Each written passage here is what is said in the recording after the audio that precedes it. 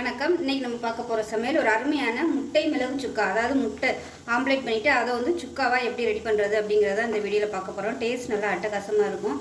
Variety rice, biryani, சாதம், lemon சாதம், சாம்பார், ரசம், தயிர் சாதம் எல்லாத்துக்குமே அட்டகாசமாக இருக்கும். ஸோ வாங்க அதை எப்படி செய்யலாங்கிறத பார்க்கலாம். இப்போ பார்த்திங்கன்னா ஒரு பவுலில் 6 முட்டை உடச்சி ஊற்றிருக்கேன். இப்போ இந்த முட்டையில் காரத்துக்கு தேவையான அளவுக்கு பச்சை மிளகாய் சேர்த்துக்கலாம். அதோட கொஞ்சமாக பீன்ஸு, கொஞ்சமாக கேரட்டு, பொடியாக நறுக்கின வெங்காயம், இது எல்லாத்தையுமே சேர்த்துக்கலாம். கேரட், பீன்ஸ்லாம் உங்களோட விருப்பம். இப்போ இதில் தேவையான அளவுக்கு உப்பு சேர்த்துக்கலாம்.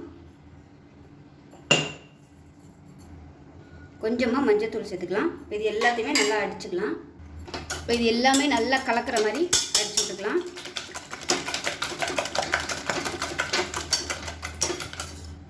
இப்போ நல்லா அடித்தாச்சு. இப்போ வந்து ஒரு தோசைக்கல் வச்சுக்கலாம். இப்போ நம்ம வந்து ஆம்லேட்டாக ஊற்றி எடுத்துக்கலாம்.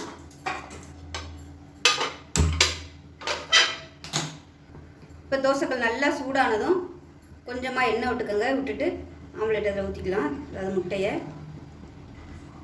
ரொம்பவும் லேசாக இல்லாமல் ரொம்ப கனமாக இல்லாமல் ஊற்றிக்கலாம். இதை வந்து இன்னொரு இதுக்கு ஊற்றிக்கலாம். மீடியமான ஃப்ளேமில் வேகட்டும். இப்போ பார்த்திங்கன்னா முட்டை நல்லா வெந்துருச்சு. நான் வந்து மூடி வச்சுருந்தேன் மேலாப்பில் நல்லா சீக்கிரம் வேகணுங்கிறதுக்காக. நம்ம பிச்சு போட்டு தான் போட போகிறோம், அதனால் ஒன்றும் பரவாயில்ல. இப்போ இதை வந்து கட் பண்ணிக்கலாம். கட் பண்ணி விட்டுட்டு அப்படியே திருப்பி போட்டுக்கலாம்.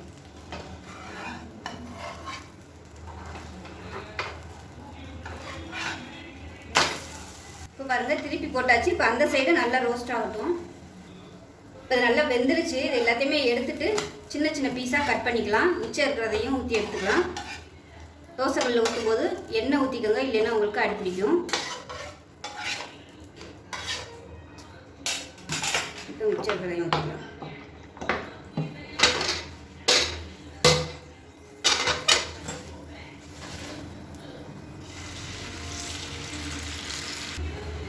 இப்போ பாருங்கள், ரெண்டாவது ஊற்றினதும் சூப்பராக வெந்துருச்சு. இது வந்து நம்ம சின்ன சின்னதாக அப்படியே கட் பண்ணிக்கலாம். இது ஒரு பவுலுக்கு மாற்றிக்கலாம். ஏற்கனவே எடுத்ததுமே பார்த்திங்கன்னா நல்லா கட் பண்ணி வச்சுருக்கேன். இப்போ ஆம்லேட் ரெடி ஆகிடுச்சு. இப்போ மசாலா ரெடி பண்ணிக்கலாம். இப்போ ஒரு கடாயை எடுத்துக்கலாம். தேவையான அளவுக்கு எண்ணெய் விட்டுக்கலாம். இப்போ எண்ணெய் நல்லா சூடாகிடுச்சு. 1 டீஸ்பூன் கடுகு, 1 டீஸ்பூன் சோம்பு சேர்த்துக்கலாம். நீளமாக நறுக்கின வெங்காயம் சேர்த்துக்கலாம். கருவேப்பிலை சேர்த்துக்கலாம். வெங்காயம் நல்லா வதங்கட்டும். வெங்காயம் நல்லா வதங்கிடுச்சு. 1 டீஸ்பூன் இஞ்சி பூண்டு பேஸ்ட் சேர்த்துக்கலாம். இப்போ வெங்காயம், இஞ்சி பூண்டு பேஸ்ட் நல்லா வதங்கிடுச்சு. 1 டேபிள் ஸ்பூன் மிளகாத்தூள், 1/4 table spoon garam masala, 1/4 table spoon மஞ்சள் சேர்த்துக்கலாம். சேர்த்து நல்லா எண்ணெயில் லேசாக வதக்கி விட்டுக்கலாம். வதக்கி விட்டுட்டு மீடியம் சைஸாக 2 தக்காளி அடித்து வச்சுருக்கேன், அதையும் சேர்த்துக்கலாம். உங்களுக்கு நறுக்கி போட தான் விருப்பம்னா நீங்கள் நறுக்கி போட்டுக்கலாம். எங்கள் வீட்டில் இப்படி அடிச்சு ஊற்றினா தான் பசங்க வந்து சாப்பிடுவாங்க. அதனால நான் எப்பயுமே இந்த மாதிரி அடிச்சு ஊற்றிக்கிடுவேன். உங்களுக்கு எது விருப்பமோ நீங்கள் அதுக்கு தகுந்த மாதிரி சேர்த்துக்கோங்க. இது வதங்கையிலே கொத்தமல்லி இலை கொஞ்சமாக சேர்த்துக்கலாம். மீடியம் ஃப்ளேம்லேயே நல்லா எண்ணெய் பிடிச்சி வரட்டும். இப்போ தக்காளி நல்லா வதங்கி எண்ணெய் பிரிய ஆரம்பிச்சிருச்சு. இதில் கொஞ்சமாக தண்ணி சேர்த்துக்கலாம். ஏன்னா நம்ம அந்த முட்டை போட்டு பரட்டும் போது கொஞ்சம் கிரேவியாக இருந்துச்சுன்னா தான் அந்த கிரேவி ஃபுல்லாக நல்லா உள்ளே இழுத்துக்கிறோம் முட்டை. அதனால் கொஞ்சம் தண்ணி சேர்த்துக்கலாம். இப்போ கொதிக்கட்டும். இப்போ இந்த கிரேவிக்கு தகுந்தாப்பில் உப்பு சேர்த்துக்கலாம். முட்டையிலையும் உப்பு சேர்த்துருக்கு. இப்போ கிரேவி நல்லா கொதிச்சிருச்சு. இப்போ நம்ம கட் பண்ணி வச்சுருக்க இந்த ஆம்லேட்டை சேர்த்துக்கலாம். இது எவ்வளோ தண்ணியாக இருந்தாலும் எல்லாத்தையுமே அப்படியே உள்ளே இழுத்துக்கிறோம், நல்லா அப்சர்வ் பண்ணிக்கிறோம். சாப்பிட்றதுக்கு வந்து நல்லா டேஸ்ட்டாக இருக்கும். அந்த மசாலாவோட சாப்பிட்றது நல்லா பரட்டி விட்டுடலாம். உங்களுக்கு இப்போ தண்ணியாக இருக்க மாதிரி இருக்கும் பாருங்கள். நல்லா அப்படியே உறிஞ்சிக்கிடுச்சு வாங்க. இதுதான் அந்த முட்டையோட ஸ்பெஷலு. நல்லா அந்த டேஸ்ட்டு ஃபுல்லாத்தையும் இழுத்துக்கிறோம். ரொம்ப போட்டு கிளறினீங்கன்னா முட்டை உடஞ்சிரும். அதனால் சாஃப்டாக கிளறி விட்டுட்டு அப்படியே தம்மில் இருக்கணும். இப்போ இதுக்கு மேலே வந்து நம்ம மிளகுத்தூள் வந்து சேர்த்துக்கலாம். இப்போ எவ்வளோ காரம் தேவையோ அதுக்கு தகுந்த மாதிரி மிளகுத்தூள் மேலாப்பில் தூவி விட்டுருவோம். இதில் ஒரு காரசாரமான முட்டை சுக்கா ரெடி ஆகிடுச்சு. அதாவது ஆம்லேட் சுக்கா. இப்போ மறுபடியும் பரட்டி விட்டுக்கணும். பரட்டையில் மெதுவாக திருப்பி விட்டுக்கோங்க.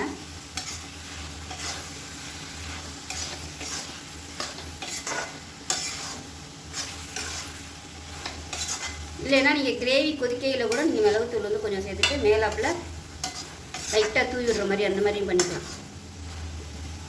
ஏன்னா இதுனா நம்ம ரொம்ப போட்டு கிளற முடியாது. அதுனா கிரேவியாக இருக்கையில் அந்த டேஸ்ட் எல்லாமே முட்டையில் இறங்கிடும். முட்டை வந்து எவ்வளோ சாஃப்ட் ஆயிடுச்சுன்னு அவ்வளோதான். அருமையான முட்டை ரெடி ஆயிடுச்சு. இப்போ அமர்த்திடலாம். சூப்பராக இருக்கும். எல்லா வெரைட்டி ரைஸ்க்கு, சாம்பார் சாதம், ரசம் சாதம், தயிர் சாதம் எல்லாத்துக்குமே சூப்பராக இருக்கும். ஸோ அவ்வளோதான். தண்ணி வந்து உங்களுக்கு ரொம்ப நீங்கள் ஊற்றிட்டீங்கன்னு தெரிஞ்சுன்னா கொஞ்சம் ஹை ஃப்ளேமில் வச்சு இதுனிங்கன்னா தண்ணி நல்லா சுண்டிடும். இது கொஞ்சம் ஆறிச்சினாலும் நேரம் ஆக ஆக நல்லா விட்டு அப்சர்வ் பண்ணிக்கணும் ஈரத்தை. அவ்வளோதான், அருமையாக ரெடி ஆயிடுச்சு. ஸோ செஞ்சு பாருங்கள். செஞ்சு பார்த்துட்டு எப்படி வந்துச்சுங்கிறத சொல்லுங்கள். வீடியோ பிடிச்சிச்சுன்னா லைக் பண்ணுங்கள், கமெண்ட் பண்ணுங்கள், சேனலை சப்ஸ்கிரைப் பண்ணுங்கள், பக்கத்தில் உள்ள பெல் பட்டனையும் ப்ரெஸ் பண்ணுங்கள். நன்றி.